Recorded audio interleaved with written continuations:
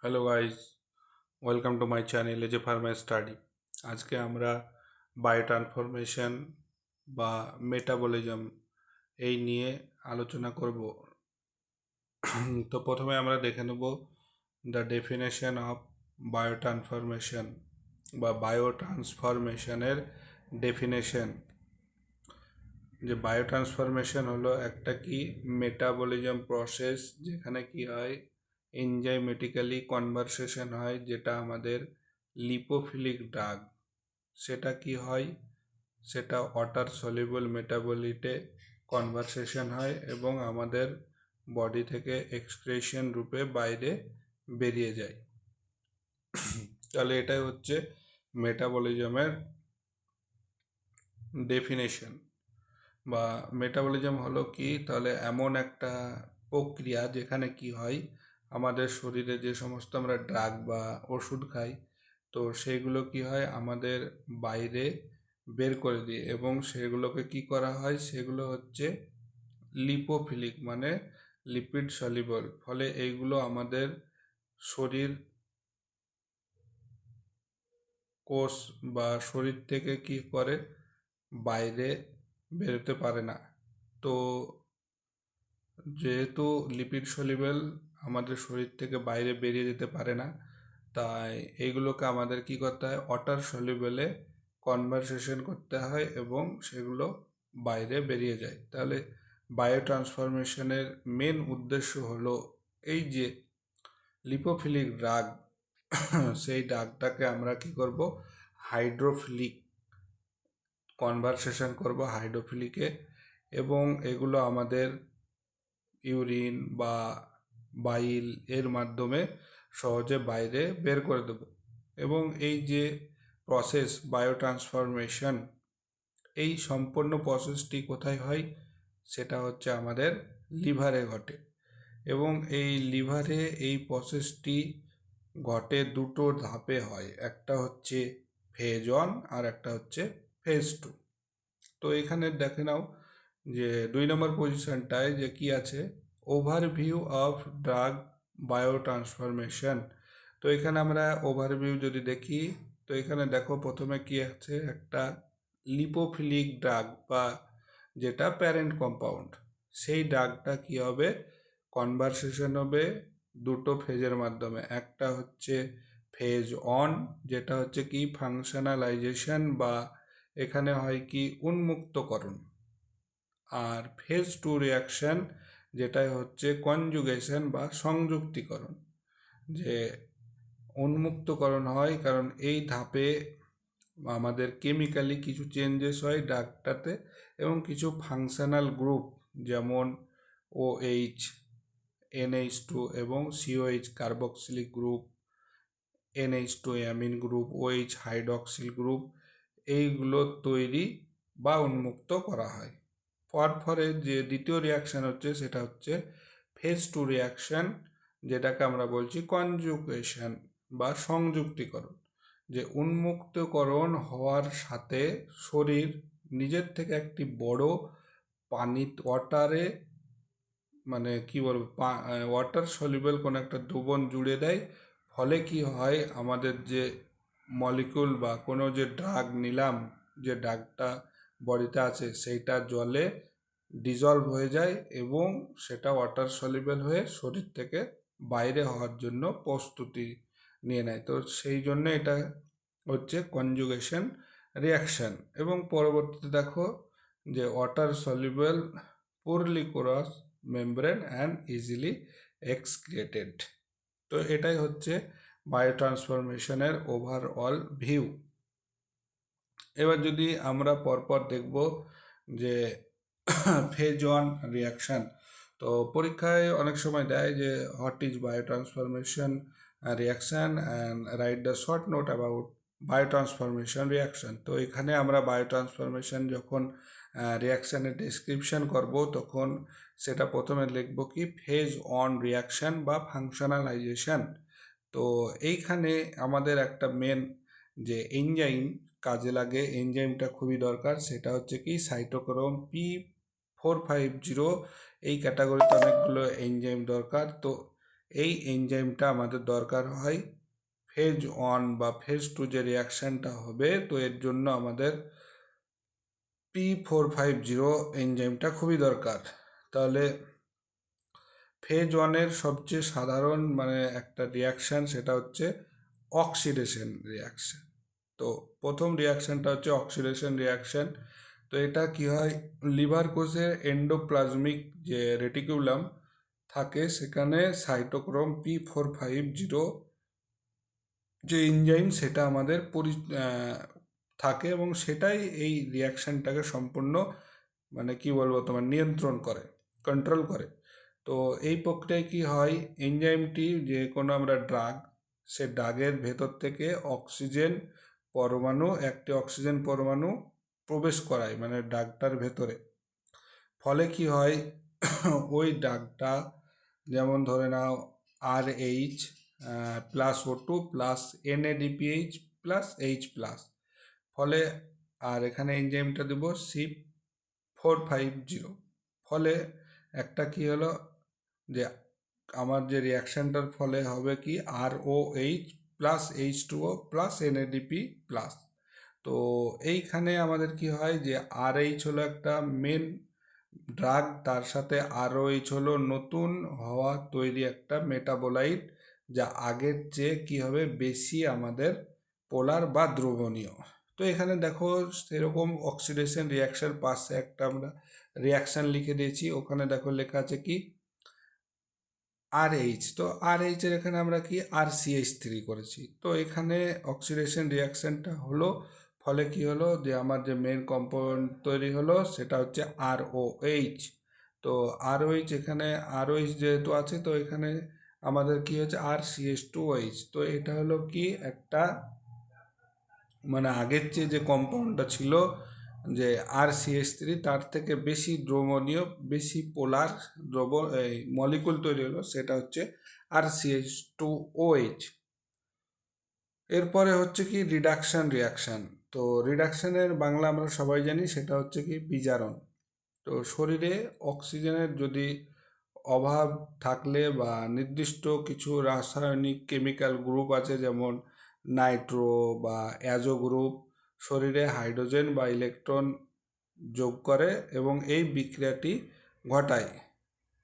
তো এখানে সেরকম আমরা যদি একটা রিয়াকশান দেখি, তো ফলে দেখো নাইট্রো, সেখানে C52 কী হবে RNH2 ফরমেশন হবে। এরপরে হচ্ছে হাইড্রোলাইসিস, বা যেটা হচ্ছে কি বাংলায় বলে আর্দ্র বিশ্লেষণ।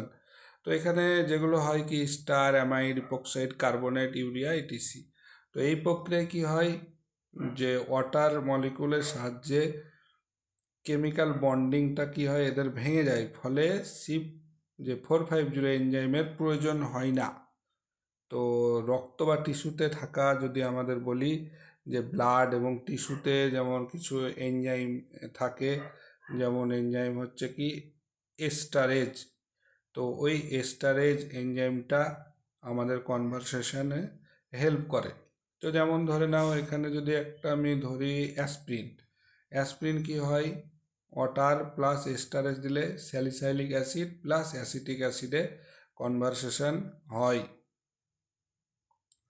তো এটাই হচ্ছে কি যে মেন অবজেক্টিভ হচ্ছে যে অ্যাক্টিভেট প্রোডাগ, সেটাকে আমরা কি করা হয় ফেজ 2 রিয়াকশানের জন্য আমরা কি করি প্রিপারেশন করি। এবার ফেজ 2 রিয়াকশানটা হচ্ছে ফেজ 1 রিয়াকশান হয়ে যাওয়ার পর যদি কোনো আমাদের কম্পোজিশন বা কোনো উপাদান পানিতে দ্রবণ না হয়, তখন সেটি কি হয় ফেজ 2-তে এন্টার করে।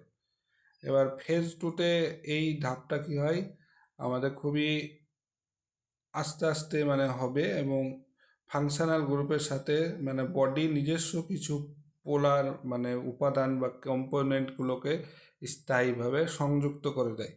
তো প্রথমে যেমন হচ্ছে কি যে গ্লুকোরনিরেশন, এখানে কি হয় যে কনজুগেশন বা কনজুগেটিং এজেন্ট যেটা যুক্ত হয় সেটা হচ্ছে গ্লুকোরনিক অ্যাসিড, এবং যে এনজাইম সেই এনজাইমটির নাম হচ্ছে UGT। এবং গ্লুকোরনিক বা গ্লুকুরোনিক ট্রান্সফারেজ ইউজিটি, এবং এটি হচ্ছে ফেজ 2 এর সবচেয়ে প্রধান বিক্রিয়া, এবং এটি মেডিসিন বা ড্রাগের সাথে একটি বড় সুগার টাইপের কোনো একটা আমার সুগার মলিকুল যুক্ত করে নেয় বা অ্যাটাচ হয়, ফলে মানে মেডিসিনটা কী হয় সম্পূর্ণ মানে নিষ্ক্রিয় হয় এবং পানিতে বা ওয়াটারে সলিবিলিটি করে তোলে, ওয়াটার সলিবল হয়ে ওঠে। এরপরে হচ্ছে সালফোনেশন রিয়াকশান। এখানে যে গ্রুপটি মানে কনজুগেটিং এজেন্ট সেটা হচ্ছে কি সালফেট গ্রুপ, এবং এর যে এনজাইম সেটা হচ্ছে SULT, এবং ফেনল বা অ্যালকোহল জাতীয় ওষুধের ক্ষেত্রে এই রিয়াকশানটি ঘটে এবং শরীরে এর ক্ষমতা সীমিত থাকে। তারপরে তৃতীয়ত হচ্ছে কি অ্যাসিটাইলেশন। অ্যাসিটাইলেশনে হচ্ছে অ্যাসিটাইল গ্রুপ অ্যাটাচ হবে, NAT হচ্ছে এর এনজাইম, যেমন অ্যামিনো গ্রুপ, যদি কোনো মেডিসিনের ক্ষেত্রে অ্যামিনো যুক্ত গ্রুপ, তার ক্ষেত্রে এই রিয়াকশানটি ঘটে এবং ওষুধটাকে কি করা হয়, নিষ্ক্রিয় করা হয় এবং ওয়াটার সলিউবল করে সেটাকে আমরা বাইরে বের করে দিতে পারি। তারপরে হচ্ছে দেখো যে গ্লুটাথিয়ন কনজুগেশন। এখানে গ্লুটাথিয়ন গ্রুপ যে সংযুক্তি হয় এবং এখানে GST এনজাইমটা লাগে, ফলে কি হয় শরীরে আসল ডিটক্সিফিকেশন করতে আমাদের এটা কাজ করে। ফেজ 1-এ তৈরি হওয়া অত্যন্ত যেমন আমাদের খুবই হার্মফুল বা ক্ষতিকারক উপাদান, সেগুলোকে কি করা হয় নিষ্ক্রিয় করে এবং শরীরকে আমাদের কি করে বাঁচিয়ে দেয়। তো এটা হচ্ছে কি কনজুগেশন উইথ গ্লুটাথিয়ন, যেটা আমাদের কি করে আমাদের বডিকে ডিটক্স করে। গ্লুটাথিয়ন কনজুগেশন মানে বডিকে ডিটক্সিফিকেশন করে, টক্সিক সাবস্টেন্সগুলোকে বাইরে বের করে দেয়। এই ছিল আমাদের কি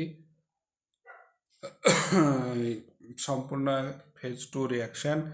তো যদি আমি দেখি যে পুরো, যদি আমি একটু সংক্ষিপ্ত আকারে যদি রিয়াকশানটা দেখি, তাহলে প্রথমে কি হয় লিপোফিলিক ড্রাগ, তারপরে সেটা ফেজ 1 রিয়াকশান হয়। ফেজ হওয়ার পরে কি হয় সামান্য পোলার মেটাবোলাইট, সেটা কি হয় যদি ফেজ 1-এ সামান্য পোলার মেটাবোলাইট হয় এবং যথেষ্ট পোলার হলে সেটা কিন্তু এখান থেকে ফেজ 1-এর পর বেরিয়ে যায়, কিন্তু সামান্য পরিমাণে পোলার মেটাবোলাইট যদি হয় ফেজ 1-এর পর, তো সেটা কোথায় প্রবেশ করে ফেজ 2-তে প্রবেশ করে এবং সেটা কি হয় সেটা কনজুগেশন হয় সম্পূর্ণ জলে, আমাদের কি হয় দ্রবীভূত হয় বা ডিজলভ হয়ে যায় এবং সেটা আমাদের বাইল বা ইউরিনের মাধ্যমে বাইরে বেরিয়ে যায়।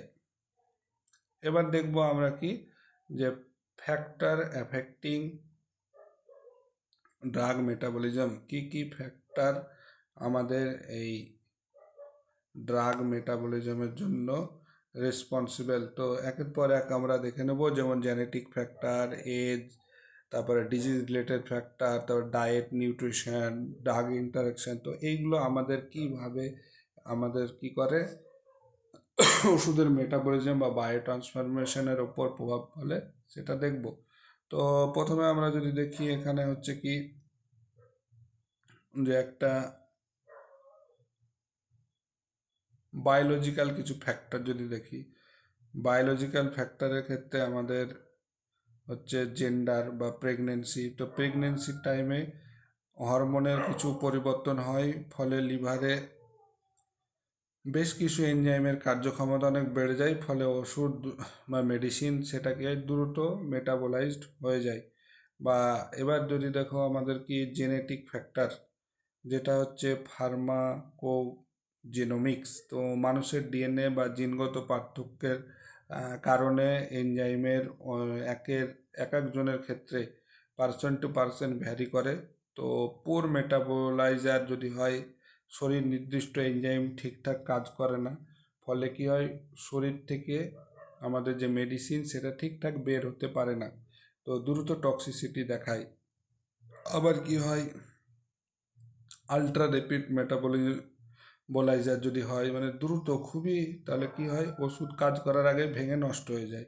যেমন অ্যাসিটাইলেশন প্রক্রিয়ায় কিছু মানুষের কি হয় ফাস্ট অ্যাসিটাইলেটার মানে দ্রুত মেটাবলিজম করে এবং কিছু মানুষের আবার কি হয়, স্লোলি হয়।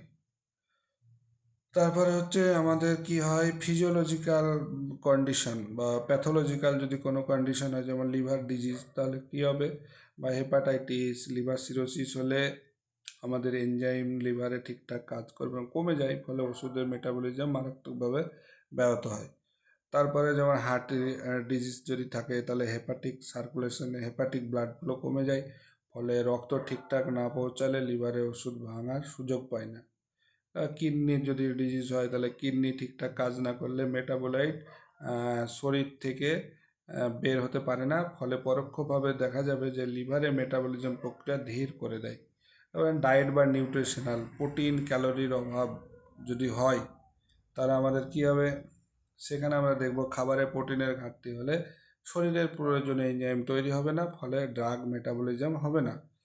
তারপরে হচ্ছে আমরা যেমন কেমন এনজাইম যে ইন্ডাকশান বা ইনহিবিটর থাকে, তো তার বেসিসে কিছু হয় এনজাইম ইন্ডাকশান, কিছু যেমন পদার্থ থাকে সেগুলো কি হয়, লিভারের এনজাইম তৈরির পরিমাণ বাড়িয়ে দেয়, ফলে ওষুধ দ্রুত মেটাবলিজ হয়ে যায় এবং শরীরে ওষুধের কার্যকারিতা কমে যায়। যেমন ধূমপান, অ্যালকোহল বা রিফাম্পিসিন জাতীয় ওষুধের এনজাইম অ্যাক্টিভিটি বাড়িয়ে দেয়।